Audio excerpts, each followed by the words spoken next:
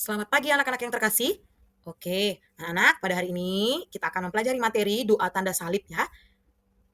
Nanti kita akan belajar bagaimana cara membuat tanda salib yang baik dan benar. Oke, sebelum kita masuk ke materi ini lebih dalam, kita mau bernyanyi terlebih dahulu ya, lagu tanda salib. Mari kita semua bernyanyi bersama-sama.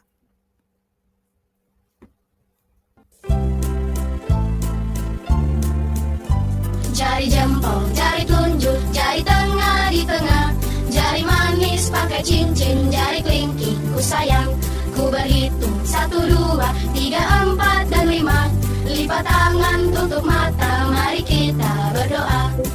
Dalam nama Bapa, dalam nama Putra, dan dalam Roh Kudus. Amin, amin. Oke, tadi anak-anak sudah membuka pembelajaran hari ini dengan bernyanyi, kita juga membuka dengan berdoa ya. Mari kita buat tanda kemenangan Kristus. Dalam nama Bapa, dalam nama Putra, dan dalam Roh Kudus. Amin, amin. Tuhan Yesus, terima kasih atas penyertaan-Mu yang boleh kami rasakan pada hari ini. Kami boleh berkumpul di sini untuk belajar. Hari ini kami akan mempelajari materi tentang doa tanda salib. Semoga apa yang kami pelajari dapat kami terapkan dalam kehidupan sehari-hari, terutama untuk memuji dan memuliakan Engkau. Semoga kami tetap semangat dalam menerima pembelajaran hari ini. Semoga pembelajaran ini dapat kami terapkan dalam kehidupan kami sehari-hari. Inilah doa dan permohonan kami yang kami panjatkan ke dalam nama-Mu, demi Kristus, Tuhan dan pengantara kami. Amin. Dalam nama Bapa dan Putra dan Roh Kudus. Amin. Oke anak-anak, hari ini materi itu kita sudah buka dengan lagu dan kita juga sudah membuka dengan doa. Maka, sekarang anak-anak harus serius mendengarkan materi kita pada hari ini ya. Oke, materi hari ini tentunya memiliki tujuan pembelajaran ya yang harus kita capai. Ada 4 tujuan pembelajaran yang harus kita capai ya anak-anak. Yang pertama nanti anak-anak dapat menirukan ucapan doa tanda salib dengan benar ya. Nanti kita akan menirukan doa tanda salib dengan benar ya. Lalu yang kedua, nanti anak-anak dapat mempraktekkan gerakan doa tanda salib dengan benar ya. Tuh, lalu selanjutnya anak-anak memahami secara sederhana apa ya makna doa dalam tanda salib ya. Oke, lalu tujuan yang terakhir, nanti anak-anak membiasakan diri mengawalinya dalam doa sehari-hari, misalnya sebelum makan, sebelum belajar, sebelum tidur. Anak-anak mengawalinya dengan membuat tanda kemenangan Kristus atau berdoa ya. Oke, lalu ini adalah sikap membuat tanda salib ya. Saat membuat tanda salib, tangan yang kita gunakan itu adalah tangan kanan ya anak-anak, tangan kanan. Oke, gambar yang pertama itu anak-anak bisa lihat, tangan kanannya diletakkan di dahi, lalu di dada atau di perut. Lalu anak-anak letakkan tangan kanannya di bahu kiri, lalu berpindah ke bahu kanan, itu ada kata-katanya semua ya. Oke, dimulai dari yang pertama. Yang pertama itu tangan kanan kamu di dahi. Di dahi kata-katanya adalah dalam nama Bapa ya. Oke, coba buat di dahimu, pegang menggunakan tangan kanan, kata-katanya adalah dalam nama Bapa. Lalu di perut atau di dada boleh, tapi biasanya kita membuatnya di perut ya. Perut berarti apa kata-katanya? Dan putra. Lalu anak-anak, bahu kiri ke kanan itu langsung ya, coba lihat Ibu. Jadi dalam nama Bapa kan tadi di dahi, dan putra di perut, dan Roh Kudus langsung ya dari bahu kiri ke kanan. Dan Roh Kudus itu berbarengan ya. Dan Roh Kudus aminnya itu di tangan, kepalkan tanganmu, lipat tanganmu. Amin ya. Itu kata-katanya ya. Itu sikap membuat tanda salib ya. Coba sama-sama lagi kita praktekkan. Di dahi dalam nama Bapa, di perut dan Roh Kudus. Sorry, anak-anak dalam nama Bapa dan Putra di perut dan Roh Kudus langsung ya. Dan Roh Kudus langsung ya dari bahu kiri ke kanan, dan Roh Kudus amin lipat tanganmu. Ya, itu membuat tanda salib ya. Oke, nih anak-anak, kenapa ya kira-kira kita membuat tanda salib? Tentunya kita membuat tanda salib ada makna yang kita dapat dari cerita dalam bacaan kitab suci Matius bab 27 ayat 27 sampai 60. Kita akan menonton kisah Yesus disalibkan. Nanti anak-anak akan tahu kenapa kita sebagai orang Katolik membuat tanda salib ya. Oke, anak-anak, kita akan menonton kisah Yesus disalibkan ya. Anak-anak ambil sikap yang baik untuk mendengarkan bacaan kitab suci ya.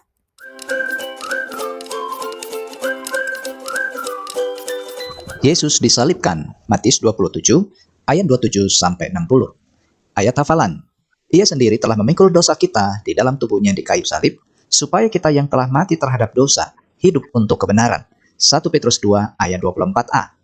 Anak-anak, maukah kamu menderita untuk membantu teman yang berada dalam kesusahan? Jika ada orang yang tidak kamu sukai dan membutuhkan pertolongan, apakah kamu tetap mau menolongnya? Kenyataannya ada loh, pribadi yang mau menderita, bahkan mati untuk orang berdosa, supaya diselamatkan dari hukuman dosa. Siapakah dia? Yesus. Ya, Yesus. Mari kita dengar ceritanya. Aku telah memeriksa orang ini dan dia tidak bersalah. Kata Pilatus, aku akan mencambuknya dan kemudian akan melepaskan dia. Tetapi kerumunan orang banyak berteriak dengan keras, salibkan dia, bebaskan Barabas untuk kami. Rupanya, itu adalah kebiasaan untuk membebaskan seorang tahanan pada masa Paskah. Orang banyak menuntut penjahat yang mengerikan dibebaskan. Dan Yesus yang tidak bersalah malah dihukum mati. Pilatus sebenarnya tahu bahwa Yesus tidak bersalah atas kejahatan apapun, tetapi dia menyerahkan kepada orang banyak dan membiarkan Barabas keluar dari penjara. Lalu mereka menyalibkan Yesus. Ribuan orang berbaris di kedua sisi jalan untuk menyaksikan Yesus yang berjuang terhuyung-huyung membawa beban salibnya. Banyak orang menghujat Yesus, sementara teman-teman dan para murid menangis. Dan akhirnya Yesus jatuh. Dia tidak kuat lagi untuk bangun karena beban salibnya. Para prajurit menangkap seorang laki-laki yang tampaknya kuat. Ia dipaksa untuk memikul salib Yesus. Lalu sampailah mereka mencapai tempat yang disebut Kalvari, tempat para penjahat disalibkan. Para prajurit mendorong Yesus dengan kasar ke salibnya. Mereka memaku tangan Yesus dengan paku besi panjang di pergelangan tangan dan kakinya. Kemudian mereka mengangkat salib dan memasukkan ke sebuah lubang di tanah sehingga berdiri tegak. Itulah cara penyaliban yang mengerikan dan kejam untuk membunuh seseorang pada waktu itu. Tetapi Yesus berdoa, "Bapa, ampunilah mereka, sebab mereka tidak tahu apa yang mereka perbuat." Orang banyak menyaksikan peristiwa tersebut. Bahkan juga para pemimpin agama mengolok-olok Yesus. Dia menyelamatkan orang lain, tetapi dia tidak bisa menyelamatkan dirinya sendiri. Ejek mereka. Demikian juga prajurit mengolok-olok Yesus. Mereka juga membuat tanda dan memakukannya di atas kepalanya. Inilah Raja orang Yahudi. Nah, ada dua pencuri disalibkan bersama dengan Yesus.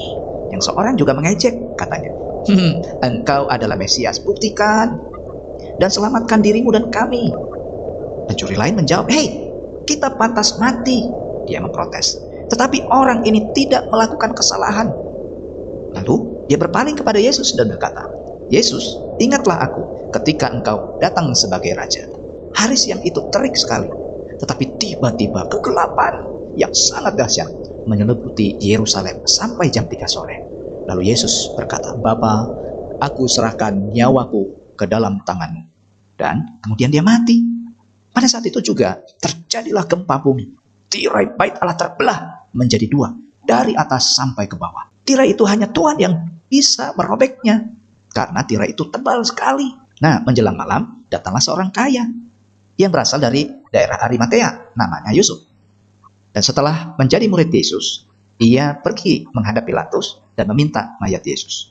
Pilatus memerintahkan untuk menyerahkan kepadanya. Dan Yusuf pun mengambil mayat itu, mengapaninya dengan kain yang putih bersih, lalu membaringkan di dalam kuburnya yang baru yang digalinya di dalam bukit batu. Dan sesudah menggulingkan sebuah batu besar ke pintu kubur, ia pergi.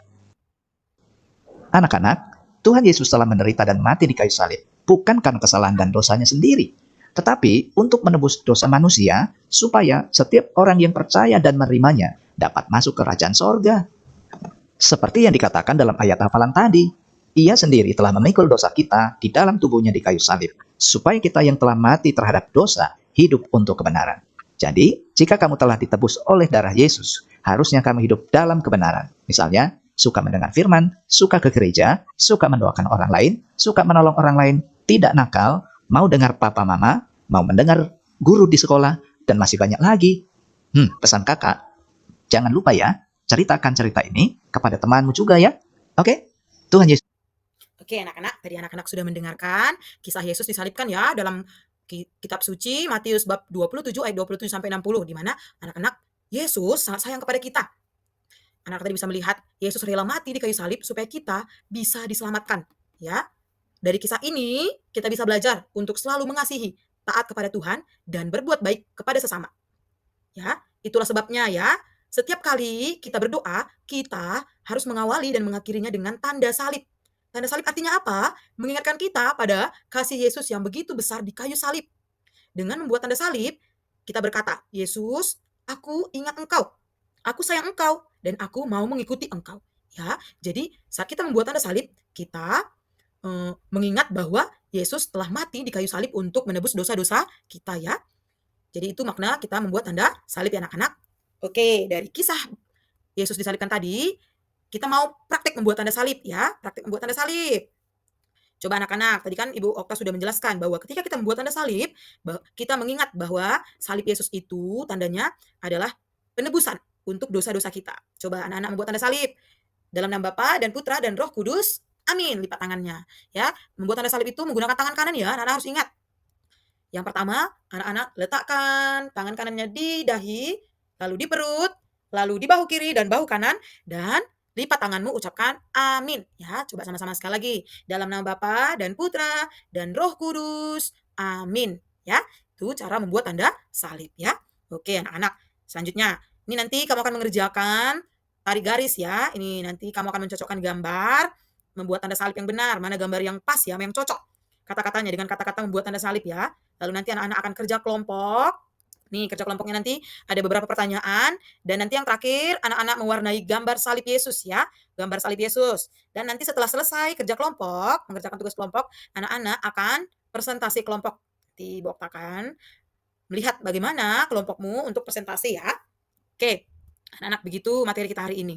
Ya, di mana kesimpulan dari materi kita hari ini, doa tanda salib adalah doa singkat untuk mengingat Allah Bapa, Putra, dan Roh Kudus. Tanda salib kita buat di awal dan di akhir doa sebagai tanda iman serta mohon berkat dan perlindungan Tuhan ya. Makanya anak-anak harus ingat ya, mengawali dan mengakhiri doa harus membuat tanda salib ya.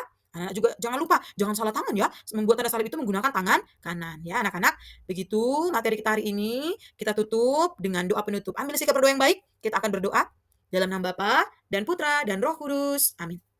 Tuhan Yesus, terima kasih atas penyertaan-Mu yang boleh kami rasakan pada hari ini. Kami sudah selesai belajar materi doa tanda salib. Semoga lewat materi ini kami semakin menjadi anak-anak-Mu yang baik di hadapan-Mu, semakin setia karena Engkau telah rela mati dan menderita di kayu salib untuk menebus dosa-dosa kami. Ya Tuhan, semoga kami tetap mengingat Engkau lewat membuat tanda salib bahwa Engkau rela mati demi kami. Inilah doa dan permohonan kami yang kami panjatkan kepadamu demi Kristus, Tuhan dan pengantara kami. Amin. Dalam nama Bapa dan Putra dan Roh Kudus. Amin. Oke, kita akan tutup pertemuan kita hari ini juga dengan lagu penutup. Yesus cinta semua anak.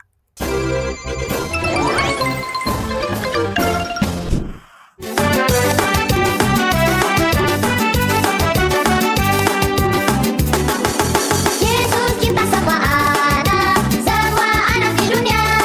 Kuning, putih, dan hitam, semua dicinta Tuhan. Yesus cinta semua anak di dunia. Yesus cinta semua bangsa di dunia. Kuning, putih, dan hitam, semua dicinta Tuhan. Yesus cinta semua bangsa di dunia. Yesus cinta semua anak di dunia. Kuning, putih, dan hitam, semua dicinta Tuhan. Yesus cinta semua anak di dunia. Yesus cinta semua bangsa di dunia. Kuning, putih, dan hitam, semua dicinta Tuhan. Yesus cinta semua bangsa di dunia. Kuning, putih, dan hitam, semua dicinta Tuhan. Yesus cinta semua bangsa di dunia.